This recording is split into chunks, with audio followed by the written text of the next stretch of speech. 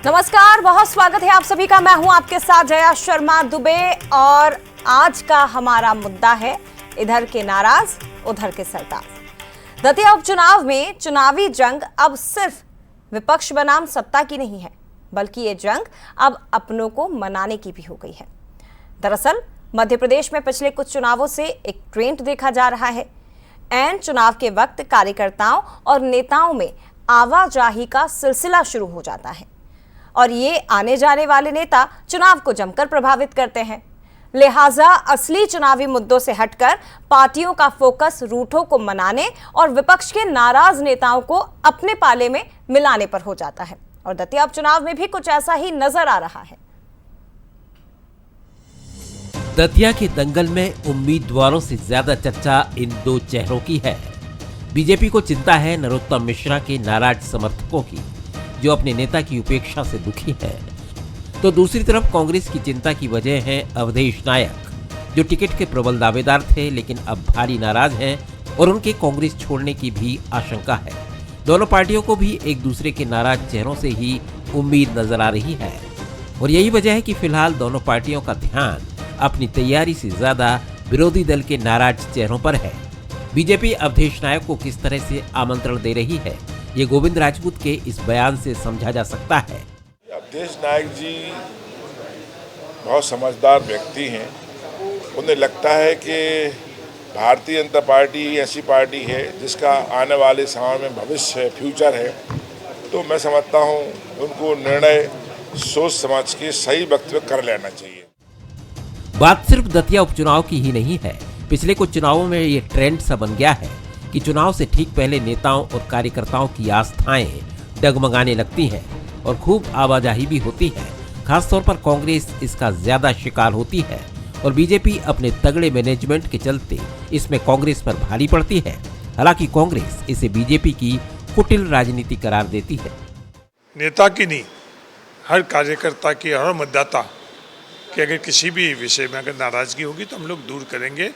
और अवधेश नायक जी तो एक बड़े पृष्ठभूमि के व्यक्ति है, तो उनकी तो प्राथमिकता से हम लोग उनकी क्या सोच है, समझ है, क्या मुद्दे हैं, उस पर हम लोग बिल्कुल प्राथमिकता से काम करें। ये भी एक इत्तेफाक की बात है कि कभी बीजेपी की न्यू ज्वाइनिंग कमेटी के करता धरता रहे नरोत्तम मिश्रा के समर्थकों पर ही अब नजर रखने की जरूरत पड़ रही है। हालांकि वो खुद पार्टी के चुनाव की बागडोर थामते नजर आ रहे हैं। इधर कांग्रेस जरूर एक बार फिर आवाजाही के उसी संकट से जूझती दिख रही है जिससे वो हमेशा जूझती रही है। तो देखिए, दतिया में उपचुनाव होना है और उसके पहले दोनों प्रत्याशी, एक तरफ बीजेपी के आशुतोष तिवारी हैं, दूसरी तरफ कांग्रेस के घनश्याम सिंह हैं। लेकिन इन पर चर्चा नहीं हो रही है। दतिया के मुद्दों पर चर्चा नहीं हो रही है। चर्चा हो रही है बीजेपी और कांग्रेस के नाराज नेताओं पर, कार्यकर्ताओं पर। इसी के इर्द गिर्द आज हमारी चर्चा रहेगी। सबसे पहले बंसल न्यूज के सुलगते सवाल और उसके बाद मेहमानों से आपका परिचय करवाऊंगी। सवाल यह है कि क्या नाराज नेता और कार्यकर्ता दतिया में मुद्दों पर भारी पड़ रहे हैं?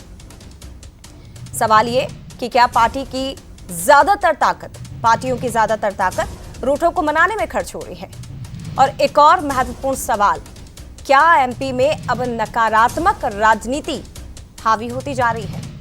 ये सवाल बंसल न्यूज के और इसी पर आज हम चर्चा करेंगे। मेरे साथ जो मेहमान जुड़े हैं उनसे आपका परिचय करवाती हूं। डॉक्टर दुर्गेश केसवानी जी, प्रवक्ता बीजेपी से, इस वक्त हमारे साथ इस चर्चा में शामिल हो चुके हैं। इसके साथ ही डॉक्टर शिम्पी अग्रवाल, प्रवक्ता है कांग्रेस की, हमारे साथ जुड़ी है।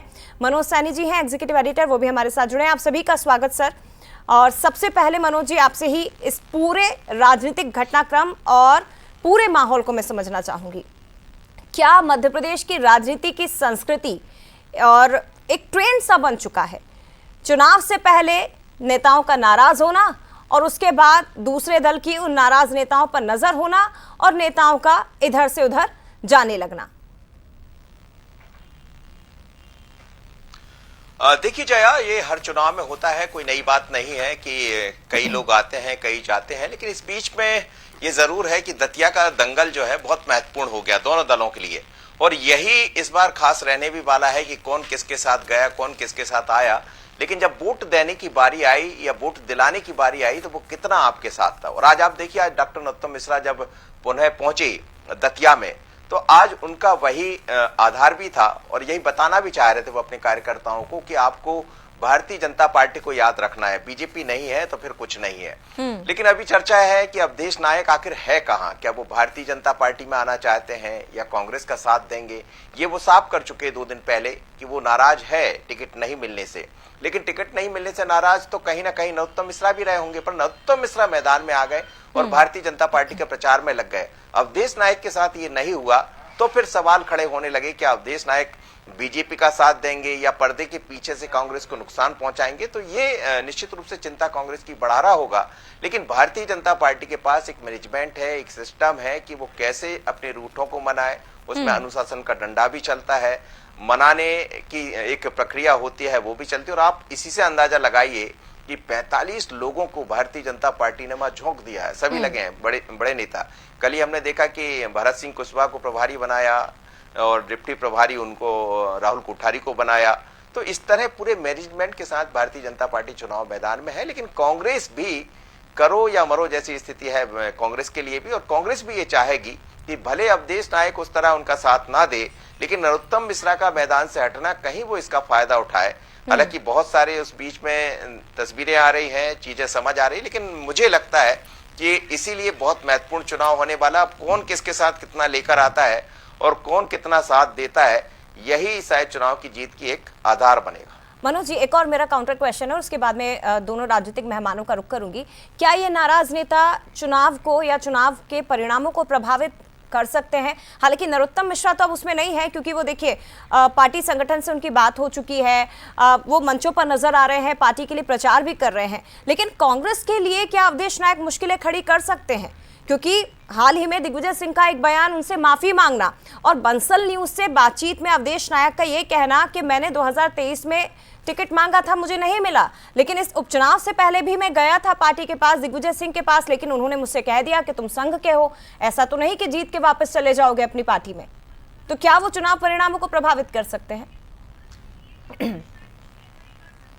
देखिए जया, एक तो अवधेश नायक को आप देखें तो भारतीय जनता पार्टी के ही रहे हैं, वो बीजेपी से ही कांग्रेस में गए थे। हाँ। तो सवाल ये है कि उनका मूल जो है वो तो बीजेपी में ही है। सही बात। अब वो कितना प्रभावित करेंगे, तो निश्चित रूप से मैं ये कह सकता हूँ थोड़ा बहुत तो प्रभावित वो कर सकते हैं। हालांकि चुनाव के दौर में हमने देखा है मतदाता बहुत समझदार हो गया। कोई भी व्यक्ति हो वो ये देखता है कि धारा कहाँ बह रही है, किस तरफ हमें फायदा होगा। आपके सामने उदाहरण है कमलनाथ का। सही बात। आपने देखा कि क्या स्थिति बनी छिंदवाड़ा में।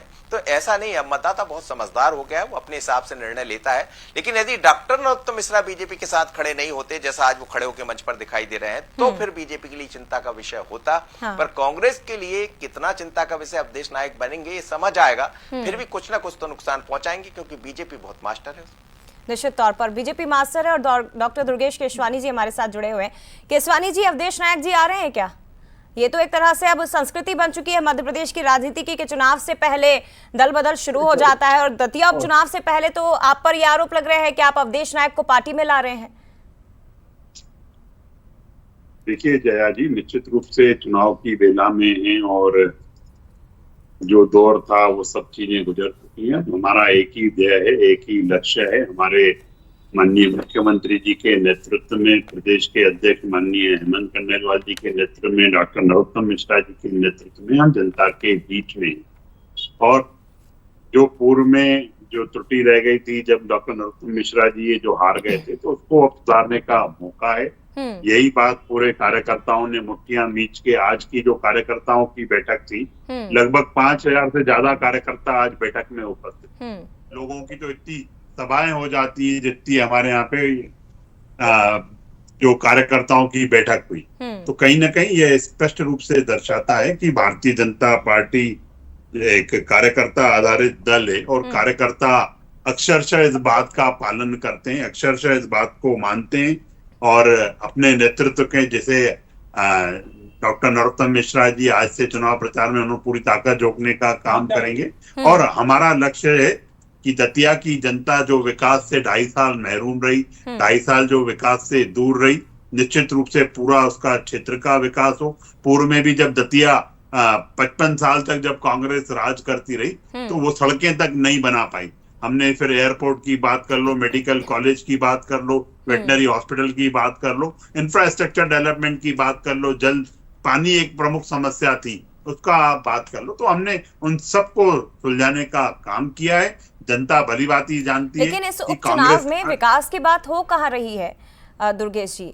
मतलब किसी भी मंच जी, से बहुत मैंने अच्छा, तो नहीं बहुत सुना अच्छा, कि बहुत विकास अच्छा की बात हो रही हो।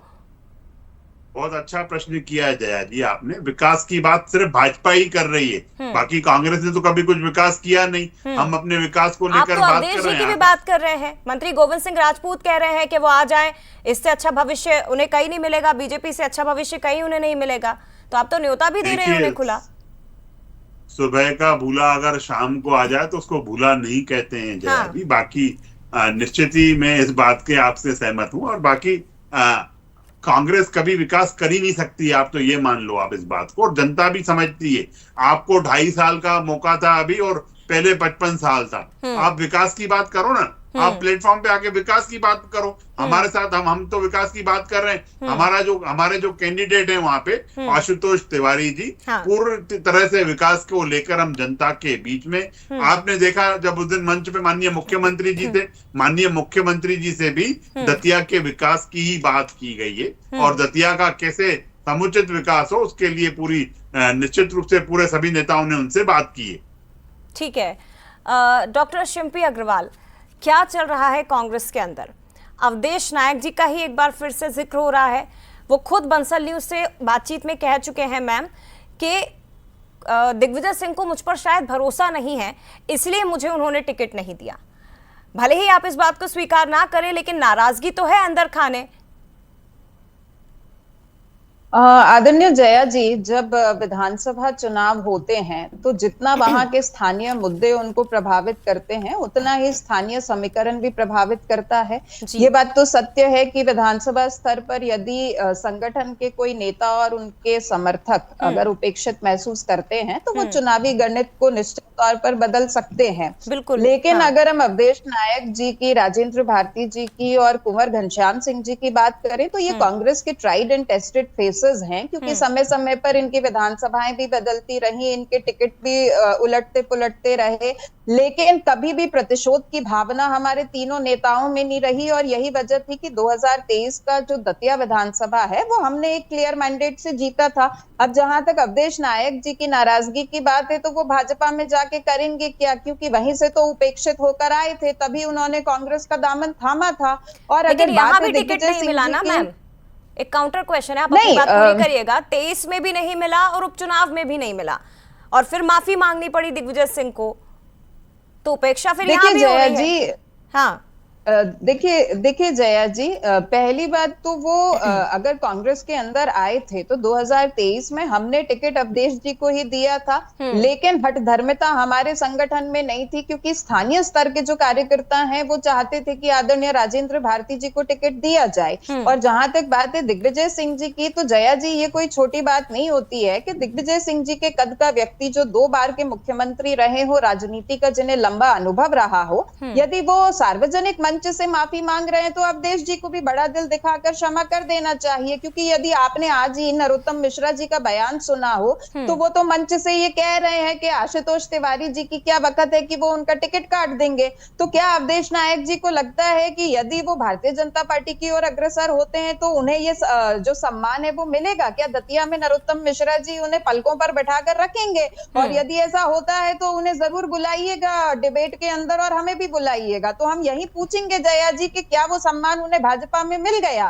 देखिए, आशियाने बदल देने से सिर्फ पते बदलते हैं, तकदीरें नहीं बदलती हैं। टिकट किसके नहीं कटते हैं? इन सम कैपेसिटी हर कार्यकर्ता कहीं ना कहीं थोड़ी बहुत उपेक्षा तो महसूस करता है, लेकिन हमारे पास DK शिव कुमार जी, किशोरीलाल शर्मा जी जैसे भी एग्जाम्पल्स हैं जो धैर्य और समर्पण का एक बहुत बेहतरीन उदाहरण है। तो टिकट कटना कोई वजह नहीं होती है कि आप संगठन से नाराज हो जाएं और फिर ये अटकलों का बाजार गर्म हो जाए कि नाराज है और अग्रसर अवधेश जी, नाराज हैं शिम्पी मैम? नहीं जया जी, आप स्वीकार कर रही हैं इस बात को कि वो नाराज हैं?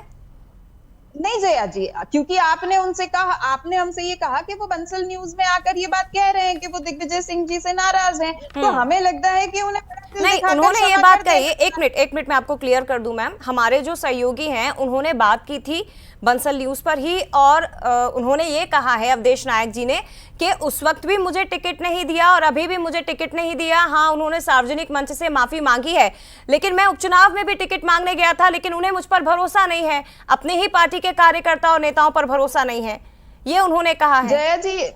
जया जी यदि भरोसा नहीं होता तो फिर दिग्विजय सिंह जी आज 3 साल बाद उनसे क्षमा याचना क्यों करते? और हमने इसीलिए डीके शिव कुमार जी और किशोरी लाल जी का उदाहरण यहाँ प्रस्तुत किया कि टिकट कटना संगठन से नाराज होना कोई वजह नहीं होता है जया जी। लोग 30-30, 40-40 साल खपा देते हैं संगठन में, वो जिला अध्यक्ष नहीं बन पाते हैं। विधानसभा का टिकट तो बहुत दूर की बात होती है, और अवधेश जी का तो अभी बहुत लंबा राजनीतिक करियर पड़ा हुआ है। अगर आज टिकट नहीं मिला तो 2028 में मिल जाएगा, लेकिन वर्तमान समय में उन्हें संगठन के साथ आकर और चुनाव में निर्णायक भूमिका अदा करनी चाहिए। ठीक है, 2028 में आप टिकट दे रहे हैं, फिर ये मान ले अवधेश जी के लिए, तो अगर वो डिबेट देख रहे हैं तो इससे बड़ी बात तो उनके लिए हो नहीं सकती कि 2.5 साल और इंतजार कर लें। देखिए जया जी, टिकट वितरण हमारे हाथ में नहीं है, वो तो संसदीय बोर्ड फैसला लेता है, लेकिन आप हमेशा इस बात के लिए तो आश्वान्वित रह सकते हैं ना कि यदि आज नहीं मिला तो कल मिल जाएगा। चलिए ठीक है, उस कल का इंतजार करिए अवधेश नायक जी। केसवानी जी, जब कोई नाराजगी नहीं है तो आप क्यों पलक पावड़े बिछाकर बैठे हैं? क्यों आपके हर नेता कार्यकर्ता जा के उनसे मुलाकात कर रहे हैं, फिर उन्हें न्योता दे रहे हैं कि आप पार्टी में आ जाइए? और एक और सवाल मेरा ये है कि क्या आपके लिए, क्योंकि देखिए नरोत्तम मिश्रा जी भी नाराज थे, वो देखा हमने कैसे उनके कार्यकर्ता सड़कों पर उतर आए थे, लेकिन क्या नरोत्तम मिश्रा जी से ज्यादा उनके समर्थक बीजेपी के लिए चुनौती बन गए हैं? देखिए, भाजपा के लिए कोई चुनौती नहीं है। हमारा कार्यकर्ता आदर्श कार्यकर्ता है, और वो कार्यकर्ता पूरे प्राणपन से जुटकर उस चुनाव को जीतने वाले हैं। हम जनता हमको आशीर्वाद देने वाली है। शिल्पी जी का तो मैं धन्यवाद दूंगा कि उन्होंने कम से कम दिग्विजय सिंह जी की लाज रख दी।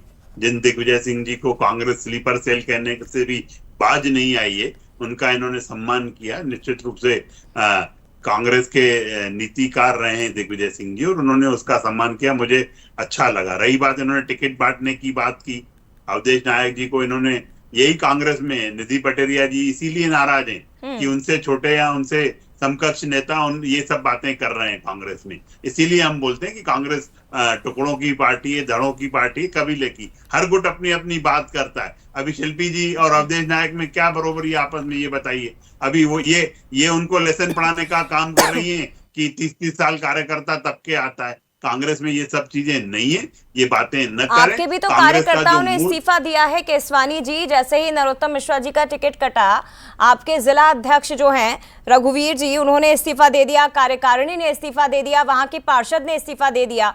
तो इसलिए मैंने आपसे पूछा कि क्या वहां के कार्यकर्ता या नरोत्तम मिश्रा जी के समर्थक आपके लिए चुनौती नहीं बनेंगे? वो आशुतोष तिवारी का उतना ही साथ देंगे जितना नरोत्तम मिश्रा जी का देते? देखिए जया जी, इस पूरे मामले का पटक्षेप हो चुका है, पर आप ये बात कर रही तो मैं इसका भी आपको जवाब दे रहा हूँ। भाववेश अगर किसी कार्यकर्ता भाव, अच्छा आज आप इस बंसल हमारे संस्थान से कितने सालों से जुड़ी हुई है, तो आपका स्वाभाविक है हर आदमी का लगाव हो जाता है। और वही हमारा तो कार्यकर्ता भाव जो है ना, वो बूथ पर बैठे हुए कार्यकर्ता से लेकर माननीय प्रधानमंत्री तक उसी भाव से हम काम करते हैं। भाववश अगर कोई कार्यकर्ता ने किया तो उसने आज पलके पावड़े बिछा के आशुतोष जी का स्वागत कर रहे हैं। आशुतोष जी को प्रत्येक कार्यकर्ता प्रचंड बहुमत से जिताने वाला है। आज की सभा में डॉक्टर नरोत्तम मिश्रा जी, जो कार्यकर्ताओं की बैठक थी, उसमें डॉक्टर नरोत्तम मिश्रा जी ने स्पष्ट कर दिया कि आशुतोष तिवारी जी को प्राणपन से जुटकर हमें जिताना है। हमारी लड़ाई भाजपा से नहीं है, हमारी लड़ाई कांग्रेस से है, जो कार्यकर्ता नाराज है। और कार्यकर्ता निश्चित रूप से समझता है इस बात को कि माननीय डॉक्टर नरोत्तम मिश्रा जी, हमारे जो चुनाव प्रभारी कुशवाहा जी हैं, राहुल कोठारी जी, सब पूरा मैनेजमेंट देख रहे हैं। हमारे जो बूथ पर जाने का जो अभियान है, वो हम डिजिटल भी जा चुके हैं, फिजिकल भी जा चुके हैं और कई काम कर चुके हैं। और हमारे यहाँ भारतीय जनता पार्टी में ये परंपरा रहती है जया जी, जब हम जहाँ पे कोई सीट नहीं जीतते हैं, तो जो हमारा कैंडिडेट होता है विधायक चुनाव का, तो वो कैंडिडेट सतत जनता के बीच में, क्योंकि कांग्रेस एक वो दल नहीं है जो जनता के बीच में जाए, जनता के साथ 24/7 365 दिन 5 साल खड़ा रहे। कांग्रेस कभी नहीं खड़ा होता है। कांग्रेस ने तो उनका वो सत्ता लोलुपता वाला दल है, सत्ता आ गई तो सब चीजों को भूल जाते हैं। हमारा कार्यकर्ता सतत जनता के ठीक है, जनता पे छोड़ देते हैं सर, जनता पे छोड़ देते हैं। मैं आती हूँ आपके पास, मनोज जी भी हमारे साथ बने हुए हैं। मनोज जी, आपको लगता है कि क्या नकारात्मक राजनीति एक तरह से हावी होने की कोशिश कर रही है, हावी हो रही है? और अगर ऐसा है तो क्यों ऐसी स्थिति, क्यों ऐसी सिचुएशन बनी है, क्यों ऐसी परिस्थितियां निर्मित हुई, और इसके पीछे हम किसे दोष देंगे? क्योंकि बीजेपी में भी वही है कि आइए आपका स्वागत है, कांग्रेस भी वहीं पे खड़ी हुई है कि कोई दल, कोई नेता अगर आएगा बीजेपी से, हालांकि ऐसा बहुत मुश्किल नहीं है, मुमकिन नहीं है, लेकिन वो भी फिर खड़ी रहेगी कि आइए आपका स्वागत है। शिल्पी जी अभी बड़ी महत्वपूर्ण बात कह रही थी कि पते बदलने से तकदीरें नहीं बदला करती है। तो मुझे लगता है कि अवधेश नायक की तो तकदीर बदल गई। पहले भी पता बदला तो भी तकदीर नहीं सुधरी, और फिर उन्होंने सोचा है कि अब बदलकर यदि वो बीजेपी में आते हैं हाँ। तो सवाल यह है क्या उनकी तकदीर सुधर जाएगी या बदल जाएगी? हाँ। ये निश्चित रूप से बड़ा सवाल हो सकता है। जहां तक आप कह रही हैं, देखिए समय के साथ बहुत सारी चीजें बदलती है जया, और वहां के जो समीकरण है बहुत अलग है। किसी के अलग हटने या साथ होने से नहीं, वहां जातिगत समीकरण भी बहुत ही महत्वपूर्ण है। और आप हमें ये नहीं भूलना चाहिए कि दामोदर यादव भी आजाद भारत पार्टी से चुनाव मैदान में है, जो यादव समाज से आते हैं, जहां करीब 17,000 वोटर है। हालांकि मुख्यमंत्री डॉक्टर मोहन यादव है, तो मुझे नहीं लगता है कि वो समाज भारतीय जनता पार्टी से कहीं दूर जाएगा। जाटव का जो वोट है वो करीब करीब इतना ही है, 27,000 के आसपास है। तो वहां के जो जातिगत कुशवाहा है, इसीलिए भारत सिंह कुशवाहा को वहां का प्रभारी बनाया गया। तो बहुत तरीके से बीजेपी ने इन चीजों को समझ लिया। और जो आप कह रहे हैं कि चुनाव रहते रहते नाराजगी या ये सब चीजें ये देखने को मिलती है, लेकिन जैसे जैसे चुनाव नजदीक आएंगे तो मुझे लगता है दोनों दल बहुत अच्छे तरह से उस चीज को समझ पाएंगे। भारतीय जनता पार्टी के पास इस बात को कहने में कोई शक नहीं है कि एक पूरा मैनेजमेंट है, एक सिस्टम है, वो उस पर काम कर रही है।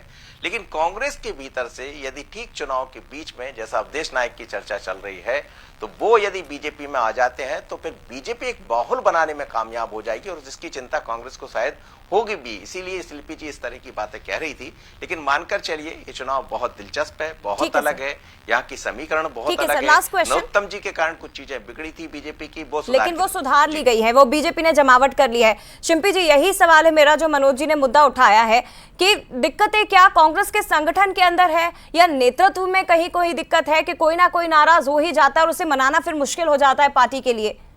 जल्दी से मैम।